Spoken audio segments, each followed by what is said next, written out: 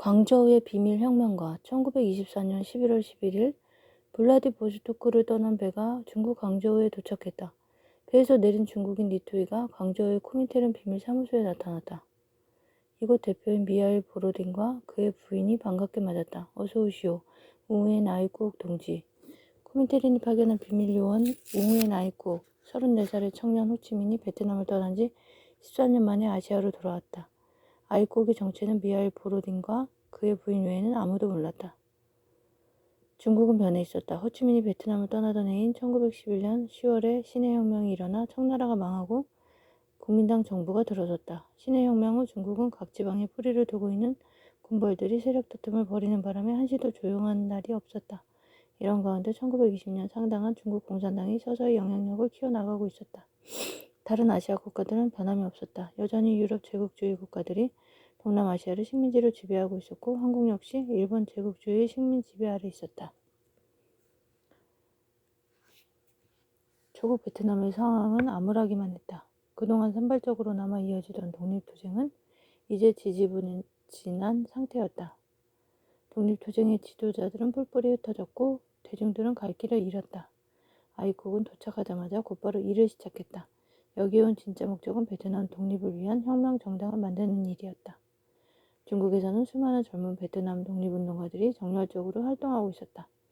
하지만 그들에게는 확고한 이념이 없었다. 아이국은 이미 혁명 이론과 실천 전략을 몸에 익힌 전문가였고 여기에 애국심으로 무장하고 있었다. 아이국은 중국에서 활동하는 베트남 애국지사 팜 보이쩌우와 만나 베트남 독립에 관해 논의했다. 그는 중국에서 베트남 독립운동 단체를 이끄는 최고의 지도자였다. 팜 보이쩌우는 이 젊고 실력 있는 마르크스주의 이론가가 자신의 친구 우엔 신삭의 아들임을 알고 깜짝 놀랐다. 자네가 20년 전 바로 그 따탄인인가? 정말 반갑네. 자네하고 함께 일하게 돼서 정말 기쁘네. 선생님, 우리 조국 베트남의 독립을 위해 우선 조직을 재편성해야 할 것 같습니다. 또 조직을 이끄는 이념이 필요한데 마르크스 레닌의 혁명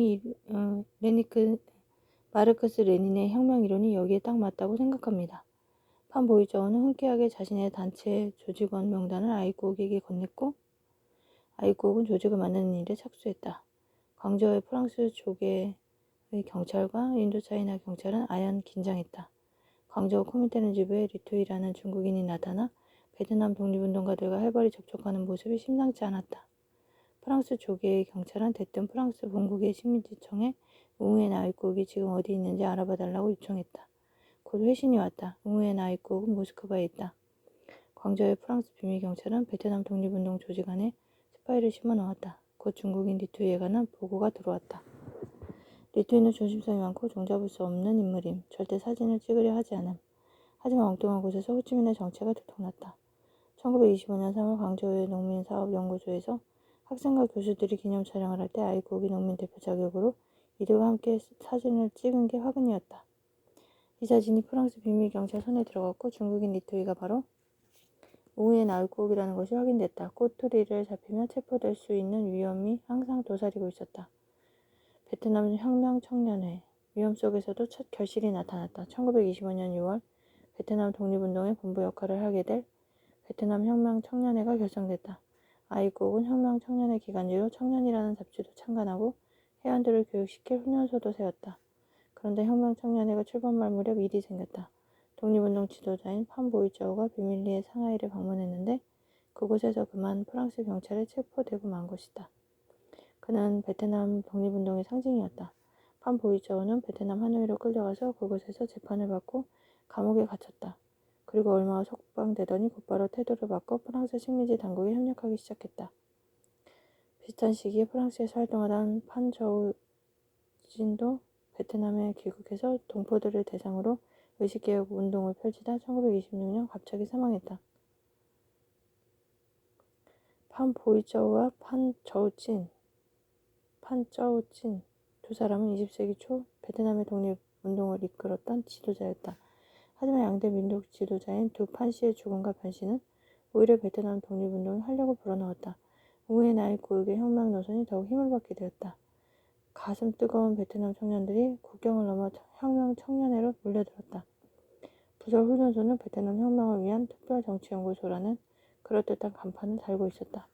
큰 교실 뒤에 아이쿠옥의 작은 사무실과 침대가 마련되어 있었고 교실 옆엔 기숙사가 있었다. 또 문 뒤쪽으로는 언제 닥칠지 모르는 경찰의 기습에 대비해 비밀 통로도 만들어 놓았다. 베트남 청년들은 여기서 먹고 자며 조국의 해방을 꿈꾸고 공부했다. 작고 허름한 학교였지만 모스크바와 중국 공산당 지도자들이 기꺼이 강연을 하러 와주었다. 뒷날 중국 최고 지도자 반열에 오른 류사오치, 저우 원나이 등도 이 학교를 다녀왔다. 이 학교에서 부흥선생은 단연 인기였다. 어려운 문제를 쉽게 설명하고 형처럼 아버지처럼 따뜻하게 학생들을 보살펴 주었다. 그는 해박한 마르크스주의자였지만 동양 철학에도 통달했다. 또한 부흥선생은 최후 승리를 믿는 철저한 낙관론자였다. 그가 바로 호치민, 우응의 나울국의 또 다른 이름이었다. 1926년께 혁명 청년의 회원은 300명이었고 1년 뒤 1,700명으로 불어났다. 다시 도망자 신세. 세상은 아이국이 원하는 대로 움직여주지 않았다. 1925년 3월 중국 혁명 지도자 순원이 사망하고 장제스가 후계자로 떠오르면서 상황이 바뀌기 시작했다. 그동안 중국에선 국민당과 공산당이 협력해서 지방의 군발 세력을 토벌하고 있었다. 그런데 1927년 4월 12일 장제스는 갑자기 국민당 군대에 공산주의자 검거 명령을 내렸다. 국민당 내 공산주의자들이 자신을 반대한다는 이유 때문이었다. 중국 땅에 피바람이 불기 시작했다. 국민당 군대는 전국에서 공산주의자라는 이유로 수천 명을 한꺼번에 죽였다. 강저우에서도 2,000명을 체포했고 수백 명을 총살했다. 아이국과 가까운 친구, 동지들도 희생을 당했다. 아이국도 서둘러 몸을 숨겨야 했다. 4월 말 아이국의 친구가 비밀 장소로 달려와 손 넘어가는 소리로 말했다. 빨리 도망가. 강저우를 떠나야 해. 네가 공산주의자라는 사실을 누군가 국민당 군대에 신고했어. 어이없게도 아이국을 미고한 사람은 가까운 베트남 사람이었다. 같은 민족, 같이 독립운동을 하는 동지였다. 하지만 배신감에 몸을 떨릴 여유도 없었다. 며칠 뒤 경찰이 아이국이 숨어있는 곳을 습격했다. 그러나 그곳엔 아무도 없었다. 그 시간 중국인 리토인은 홍콩의 기차 안에서 차창으로 스쳐가는 풍경을 보며 깊은 상념에 빠져 있었다. 37살 호치민은 또다시 정처없는 유랑을 시작했다. 강저우 생활은 2년 6개월로 끝나고 말았다. 혁명가로서 보람있는 경험도 많았지만 개인적인 행복과 아픔도 남겨준 시간이었다. 호치민은 어린 시절 이후 단 한 번도 가정적인 행복을 누려본 적이 없었다. 하지만 주변 사람들의 증언에 따르면 호치민은 광저우에서 중국 여자와 결혼했으며 둘 사이에 딸도 있었다고 한다. 그러나 그 결혼 생활은 호치민이 광저우를 탈출하는 바람에 1년을 넘기지 못하고 끝나고 말았다. 이 1년이 안 되는 세월이 호치민 80평생 가운데 유일한 결혼 생활이자 가정을 꾸렸던 시간이었다. 베트남 독립 이후 국가 주석이 된 호치민은 중국 공산당의 부인과 딸이 어디 있는지 알아봐 달라고 부탁했다고 한다. 하지만 중국 당국도 모녀를 찾아내지 못했다. 호치민은 아내와 딸을 다시 만나지 못했다. 아무튼 호치민이 몸을 피한 홍콩도 그다지 안전한 곳이 아니었다. 홍콩 경찰은 리투이라는 이름으로 된 신분증을 수장쩍은 눈으로 살펴보더니 24시간 안에 홍콩을 떠나라고 명령했다. 이번에는 상하이로 가는 배를 탔다. 하지만 상하이는 광저우보다 훨씬 더 위험했다. 결국 아이국은 블라디보스토크로 가는 배를 탈 수밖에 없었다. 그리고 아이국은 한 달 뒤 블라디보스토크에서 모스크바행 기차를 탔다. 2년 7개월 전 혁명의 대의를 품고 아시아를 향하던 그 대륙 횡단 기찻길을 이제 거슬러 가고 있었다. 거친 시베리아 평원에는 초여름의 기운이 완연했다. 모스크바로 되돌아가는 길이지만 실패자의 서글픈 귀향은 아니었다.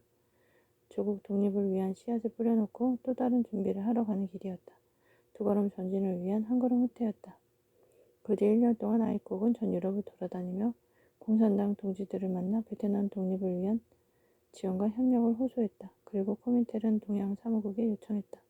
이제 내가 유럽에서 할 수 있는 일은 없습니다. 지금 이 순간도 인도차이나는 나를 부르고 있습니다. 할 일이 산더미인데 1년 넘게 이 나라 저 나라를 정처 없이 떠돌았습니다. 이제 인도차이나로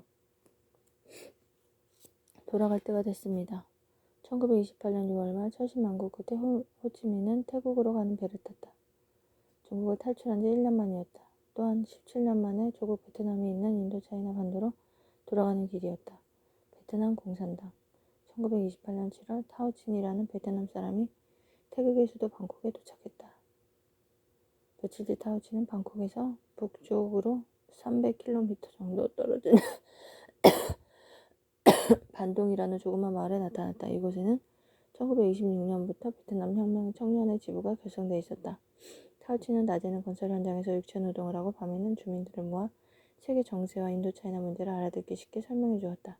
또 태국에서 살려면 태국말을 배워야 한다며 자신도 하루에 단어 10개씩을 외우겠다는 계획을 세우고 엄격하게 실천했다. 또 혁명 청년의 기관들을 통해 베트남의 현실과 독립에 대한 의지도 불어넣었다. 이런 소식은 곧바로 태국에 파견되어 있는 프랑스 경찰의 귀에 들어갔다. 태국에서 타오친이라는 사람이 나타나 베트남 사람들이 모여 사는 동네마다 돌아다니며 선동하고 있음. 프랑스 경찰은 1927년 5월 웅우의 나이코옥이 광저우를 탈출했다는 소문만 입수했을 뿐 정확하게 그가 어디 있는지 파악하지 못하고 있었다. 그를 잡으려고 여러 차례 경찰을 투입했지만 그때마다 잘도 도망다녔다. 그는 변장과 피신의 전문가였다. 1929년 10월 10일 안남의 빈 재판소는 아이코옥이 없는 상태에서 재판을 열고 판결을 내렸다. 국가반역죄로 웅우엔 아이코옥을 사형에 처한다. 하지만 사형수 웅우엔 아이코옥은 지치는 기색도 없이 활동하고 있었다. 그는 베트남 사람들이 있는 곳이면 어디든 달려갔다. 그런 그에게 우울한 소식이 들려왔다. 베트남과 중국에서 활동하는 동지들이 분열과 대립을 일삼고 있다는 소식이었다. 베트남 혁명 청년회는 갈갈이 찢어져 홍콩과 하노이에서 인도차이나 공산당, 안남 공산당, 인도차이나 공산주의 연맹 등 제멋대로 정당을 만들고 서로 자신만이 정통이라고 주장하면서 싸우고 있었다. 적과 싸우기는커녕 동지들끼리 서로 으르렁거리면서 함께 망가지고 있었다. 그의 말 웅엔 아이코옥이 머물고 있던 태국 북동부의 조그만 도시 한 베트남 청년이 도착했다. 광저우의 베트남 혁명 청년회가 파견한 사람이었다. 그는 다짜고짜 아이코옥에게 빨리 홍콩으로 같이 가자고 재촉했다. 지금 혁명 청년회는 서로 분열돼 다투고 있습니다. 이대로 가다간 모두 함께 죽습니다. 이 분열을 해결할 사람은 아이코옥 동지밖에 없습니다. 아이코옥이 홍콩에 도착해보니 한숨이 절로 나왔다. 분열은 소문으로 듣던 것보다 훨씬 심각했다. 말로는 모두 통합을 외치면서도 서로 잡아먹지 못해 안달이었다. 아이코옥은 분열된 세분파 대표들을 한자리에 초청했다. 2월 3일 첫 회의가 열렸다. 혁명을 하려는 사람들이 이렇게 분열하는 것은 죄악입니다. 우리 모두의 잘못입니다. 당연히 내 잘못도 큽니다. 그러나 지금 급한 것은 누구의 잘못을 가리는 것보다 통합을 이루는 일입니다.